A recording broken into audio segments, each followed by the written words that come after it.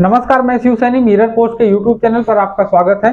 आंगनबाड़ी के प्रमुख कामों में से एक है 6 वर्ष से कम आयु के बच्चों के पोषण का ख्याल रखना, लेकिन लापरवाही बरतने में कोई कोर कसर नहीं छोड़ी जा रही है। मामला कौशाम्बी जिले का है, जहां आंगनबाड़ी केंद्र में प्रति माह बच्चों को दिए जाने वाले चावल में चूहों का मलमूत्र भरपूर मात्रा में मिला हुआ था।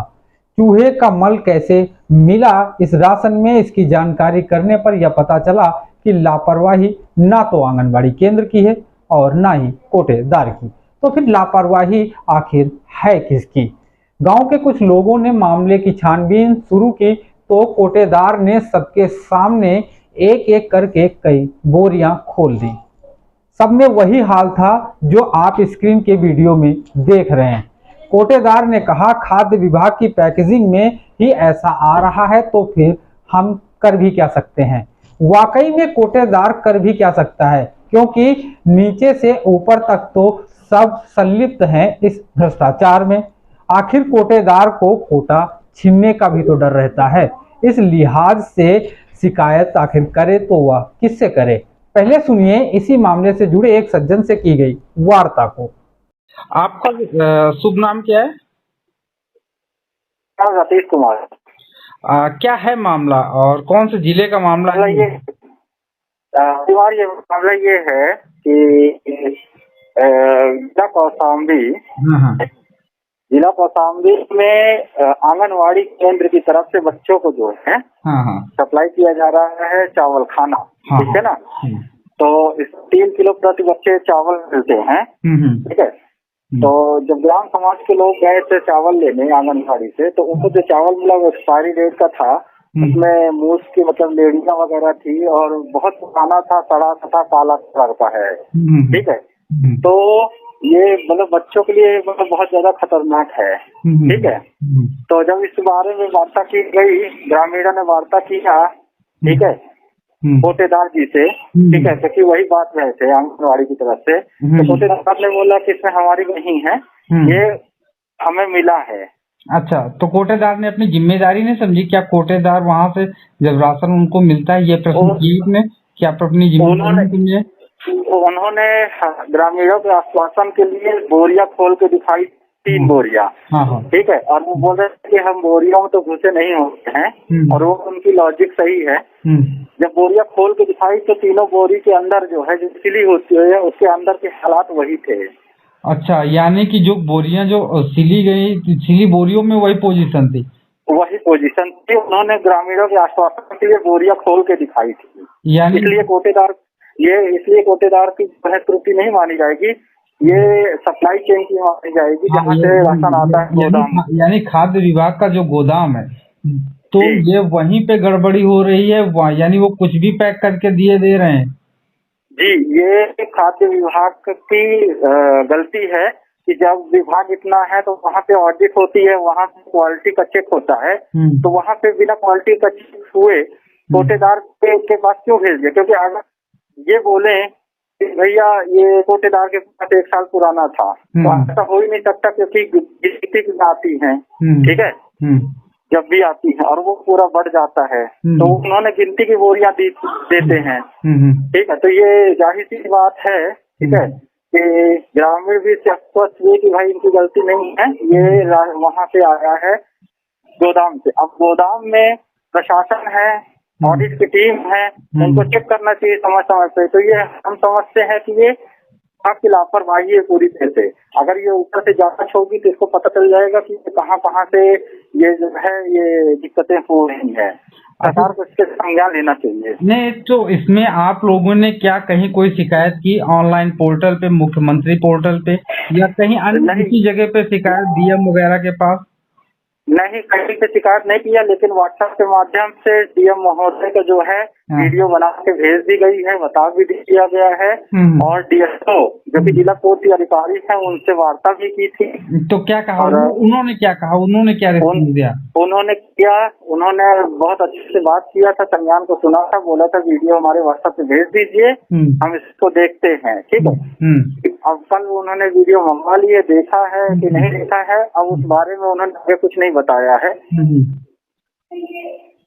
तो अभी अभी कुल मिला के ये पहली बार हुआ है कि ये प्रक्रिया जो आंगनवाड़ी से राशन मिल रहा है 3 किलो, ये पहली बार खराब मिला है कि या इससे पहले भी कई बार हो चुका है? ये पहली बार हमारी नजर में तो पहली बार आया है, क्योंकि वहाँ पे जब ग्रामीण देख रहे थे तो हमने देखा। हाँ। तो जागरूक नागरिक होने के नाते हमने ये बात की लोगों में। अब लोगों से पूछने से पता चलेगा पहले भी कभी हुआ है, हमको तो नहीं लगता, इस बारे में हम बता नहीं सकते हैं। लेकिन चाहे ये पहली बार या आखिरी बार हुआ है तो गलत, क्योंकि बच्चों की जिंदगी के साथ खिलवाड़ है पूरी तरीके से। जाहिर सी बात है कि ये जो छोटे बच्चे हैं या फिर ये तो आप तो फिर भी समझदार हैं, नहीं तो कुछ ऐसे परिवार होते हैं जिनके आंगनबाड़ी से लेके आए और थोड़ा बहुत इधर उधर किया और उनको बना के वो खाने लगे, तो बिल्कुल, क्योंकि जो असर डालता है। बिल्कुल सही आप बोल रहे हैं, क्योंकि गरीब जो बच्चे होते हैं वो लाते हैं और उसको धुल के जो है उसको घर पे पका के बना के खिला दिया जाता है। अब आप ये मान के चलिए अगर उसको खिलाया जाएगा तो बच्चों की सेहत पे कैसा प्रभाव पड़ेगा, जिसमें मुंह की लेरियां हो, जो पुराना है और जिसकी क्वालिटी काले कलर की हो चुकी है, तो वो जाहिर सी बात है कि जहर का काम करेगा, कहीं तो भी पोषण का काम नहीं करेगा। मैंने भी जो विजुअल देखा है उसमें विजुअल में ये लग रहा है कि चावल निहायत ही पुराना है, बहुत ही ज्यादा पुराना है, जो कहते हैं कि 5-10 साल पुराना चावल है, ऐसा लग रहा है। अब इतना तो हम जानकार कृषि क्षेत्र के नहीं है, लेकिन इतना कह सकते हैं कि ये पुराना 1-2 साल तो जरूर है, उससे ज्यादा भी हो सकता है। अब ये लैब में अगर सरकार ले जाके चेक करती है तो ये जो है फेल उनको समझ में आ जाएगा। अब ये उनकी जिम्मेदारी है कि सरकार इसको जो है संज्ञान में ले, गोदाम को सील कराए जिस गोदाम से सप्लाई हुआ हो, और पूरा राशन की पूरी जांच हो। क्या आपको कोई इस प्रकार की भी आशंका है कि जो ये गोदाम में सप्लाई का होता है, जो राशन का जो खेल है कि यानी एक तरफ से कोटेदार से लोग राशन लेके जाते हैं और फिर गोदामों को सेल आउट कर देते हैं, फिर वही चावल फिर वापस घूम के इन सरकारी गोदामों में आ जाता है, क्या ऐसा भी कोई आशंका है क्या आपको? देखिए महोदय, इस विषय में हमें ज्यादा जानकारी नहीं है कि ऐसा हो सकता है, लेकिन कहीं ना कहीं कुछ तो गड़बड़ है। जब जांच समिति बैठेगी, ठीक है, इस विषय पे संज्ञान लिया जाएगा तो जो भी होगा वो मामला सामने आएगा और दोषी जो है खुद ही सामने आ जाएंगे। चलिए, बहुत बहुत धन्यवाद जानकारी देने के लिए। जी महोदय। आज हम आपको बताएंगे कि ये सब होता कैसे है। हमने जब जानकारी के लिए विभाग में फोन किया तो उन्होंने सप्लाई चेन को समझाया, कैसे कोटेदार तक पहुंचता है राशन। एक कोटेदार के पास राशन जिले के FCI गोदाम से आता है, जिले में राज्य के गोदाम से आता है। एक राज्य दूसरे राज्य में राशन घटने पर आपस में लेन देन भी करते हैं। जब हमने अपने जिले के साथियों से इस पर बात की तो उन्होंने अवगत कराया कि अमूमन देखा जाता है कि कोटे के चावल को लोग खाने के बजाय उसे मार्केट में बेच देते हैं छोटे व्यापारियों को, फिर वही चावल छोटे व्यापारी बड़े व्यापारी को बेच देते हैं। इस तरह से पूरा का पूरा एक जो चक्र है वो चलता है और चावल वापस फिर वहीं पहुंच जाता है। अगर नहीं पहुंचता है तो उस चावल को जो बड़ी कंपनियां हैं जो फोर्टिफाइड राइस प्रोवाइड करती हैं उनको पीस कर फोर्टिफाइड राइस में तब्दील कर देती हैं।